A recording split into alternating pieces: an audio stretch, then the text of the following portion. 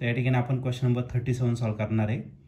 A galvanometer of resistance G is shunted with resistance S ohm.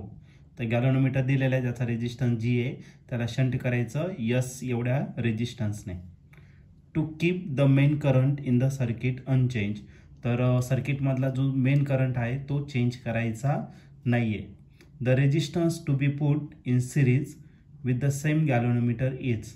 तर आपल्याला त्या गॅलोनोमीटरच्या सिरीजमध्ये कोणता रेजिस्टन्स कनेक्ट करावा लागेल जेणेकरून जो करंट आहे तो कसा राहणार आहे, सेम. तर हा क्वेश्चन 2022ला आलेला होता. याच्या 4 ऑप्शनपैकी पहिले जे ऑप्शन आहे ए ते आहे S² divided by S plus G. B option आहे SG divided by S plus G. C option आहे G divided by S plus G. आणि डी ऑप्शन आहे G² divided by S plus G. तर या 4 ऑप्शनपैकी या क्वेश्चनचं करेक्ट आन्सर काय असणार आहे, तर आपण याला सॉल्व करूया आणि मग डिसाईड करूया.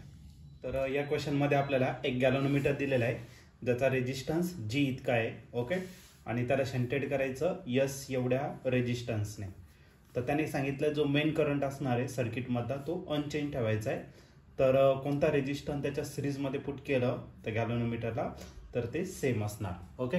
तर आपल्याला 2 कंडिशन दिलेलं आहे. तर एक सिंपल काय दिलेलं आहे तुम्हाला, गॅलोनोमीटर कॉईल दिलेला आहे ज्या कॉईलचा रेजिस्टन्स किती आहे तर G, आणि याच्यातून जो करंट पास होतोय हा करंट आपल्याला चेंज करायचा नाहीये. Okay.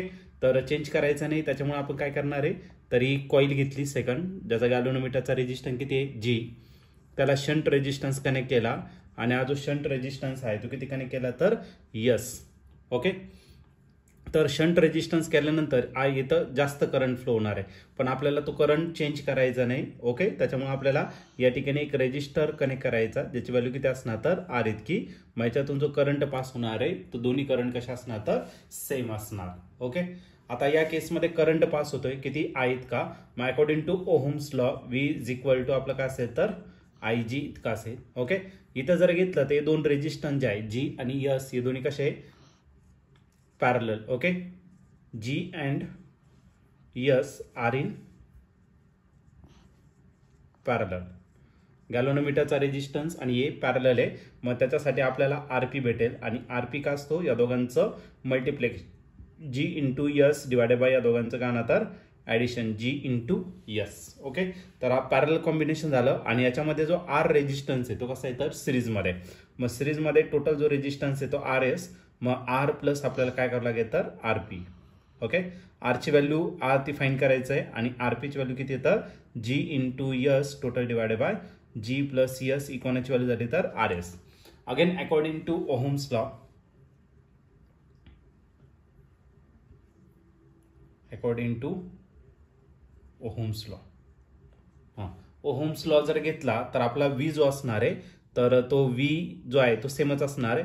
V is equal to current तितकाच आहे आणि रेजिस्टन्स मात्र किती असणार तर RS इतका असणार. ओके.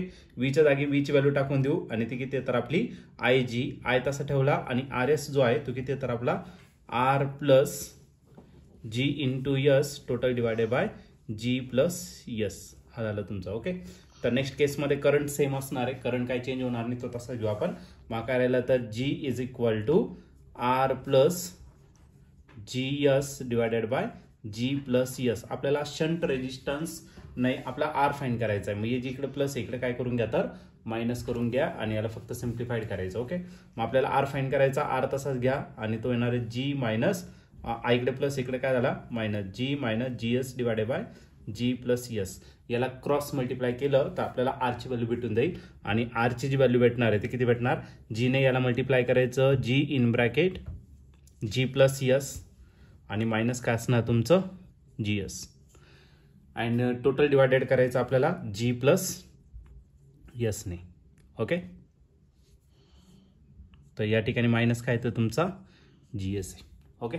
आता या G ने जर मल्टिप्लाय केलं तर R is equal to G into G काय आला G² आणि या G ने जर मल्टिप्लाय केलं तर भेटला GS minus GS total divided by G plus S. Minus GS plus GS काय आला कॅन्सल. मग R जो भेटेल तो काय भेटेल आपल्याला G square divided by G plus S. मग जो सिरीजमध्ये रेजिस्टन्स कनेक्ट करणार आहे तो किती असला पाहिजे तर G square divided by G plus S. Okay, तर या ठिकाणी ऑप्शन जो दिलेला आहे त्या ऑप्शनमध्ये याला अरेंज केलेलं आहे जी स्क्वेअर तसाच आहे आणि खाली यस प्लस जी दिलेला आहे. मग या ठिकाणी ऑप्शन जर बघितलं तर ऑप्शन नंबर डी जो आहे तो या ठिकाणी आपला करेक्टली मॅच होतोय. म्हणजे आर इज इक्वल टू जो सिरीजमध्ये करणार आहे तो आहे G square divided by S plus G. मग या क्वेश्चनचं जे आन्सर असणार ते ऑप्शन डी असेल. ऑप्शन डी म्हणजेच काय G square divided by S plus G.